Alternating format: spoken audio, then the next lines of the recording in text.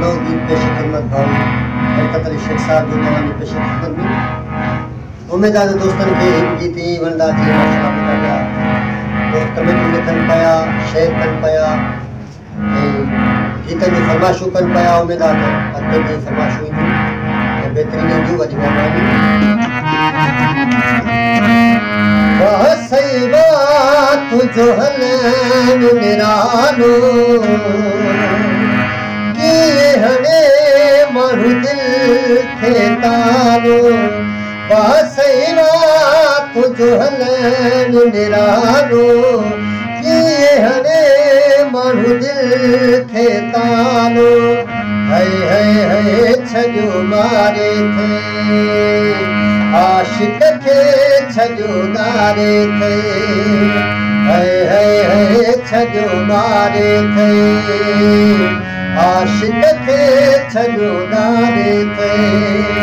वासैवा तुझो हलन निरालो कि हणे माण्हू दिल खे तालो वासैवा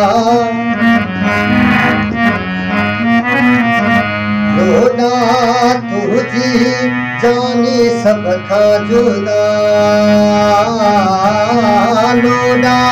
तुझी जानी सब खां जुदा इहा त कदिया दिल बेजी फिदा इहा त कदिया दिल बेजी फिदा हो ॾिसण वारनि जी दिल में हो ॾिसण वारनि जी दिल में आ लॻल भालो वासैवा तुझो हलन निरालो कि हणे माण्हू दिल खे तालो है छजो मारे थे आशिक खे छजो दारे थे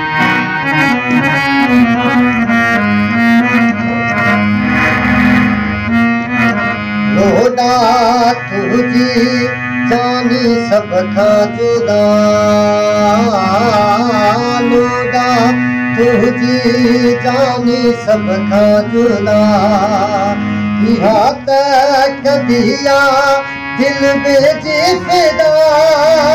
माण्हू काॾे वञे इहो तूं ई ॿुधा ॾिसण वारनि जी दिल में भालो कीअं हणे माण्हू दिल खे तालो आसे सफ़ा मार छॾे आशिक खे छॾो दारे थे है छॾो मारे थे आशिक खे छॾो दारे थे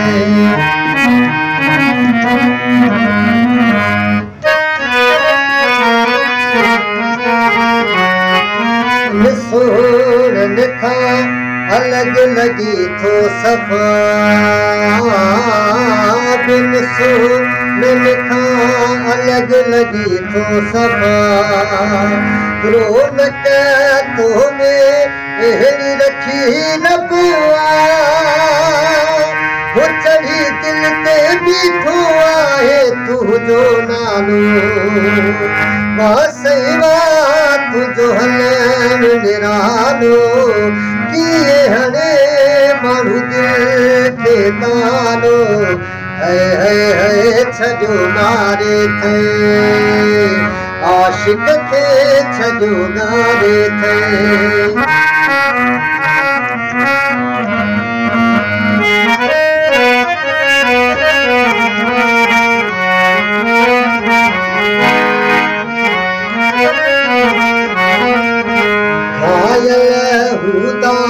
छा कई बरकत जहिड़ा